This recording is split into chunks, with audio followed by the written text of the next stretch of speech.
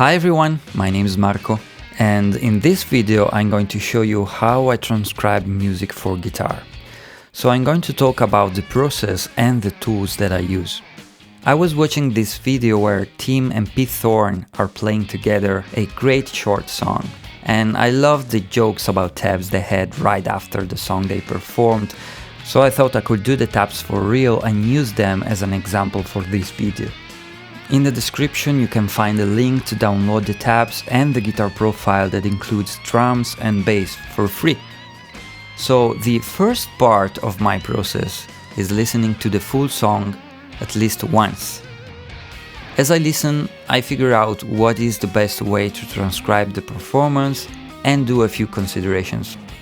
For example, with this particular song, this is the step where I decided to create a transcription that matches what you see on the screen. So I'm thinking of notating a single guitar part that alternates between rhythm and lead, and between Tim and Pete, depending on what you see on the screen. Basically, a single guitar part that sums up a bit of everything. Then I load the file on this software called Transcribe, and I manually put markers for every bar and every beat. I'm literally doing that as I listen to the song by using key commands.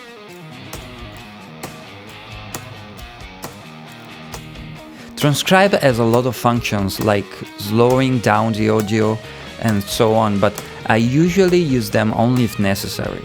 So a normal speed playback is what I listen to for most of the time. The software I use to do the actual writing is Guitar Pro.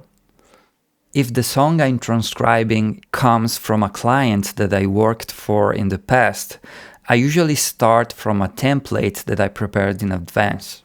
The template contains the name of the composer, his website, and other things.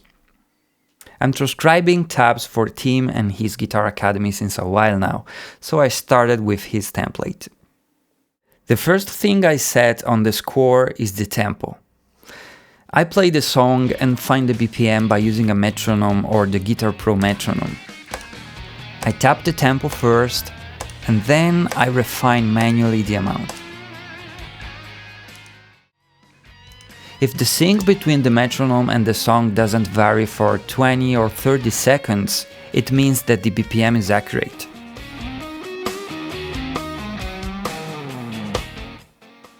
After that, I find the key center of the song and add the key signature to the score. By watching the chords and scales that Tim and Pete use, it's pretty clear that they are playing in the key of E. But as soon as you pick up the guitar and play an E chord, you realize that the sound coming from their guitars is actually an E flat. For this reason, I'm going to use a key signature of E, because that's what they are thinking, and indicate at the top of the score that the guitar should be tuned down half step. At this point, what I do is simply listening to the performance one bar at a time, transcribe it, and move to the next bar. For example, let me start from scratch with this bar that Tim is playing. Depending on the complexity of the bar, I may need to listen to it once, or twice, or 10 times.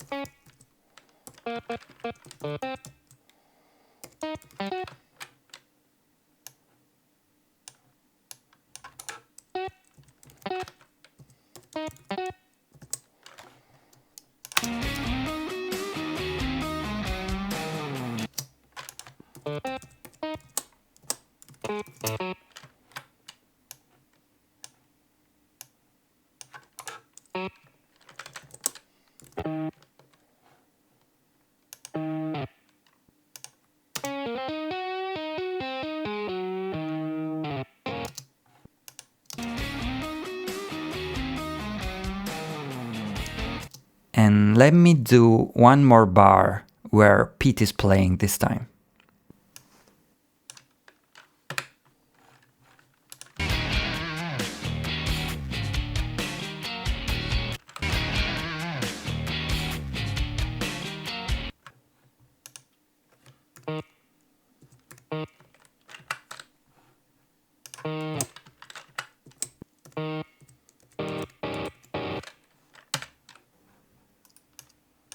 Lots of listening goes into just checking that what I inserted is correct.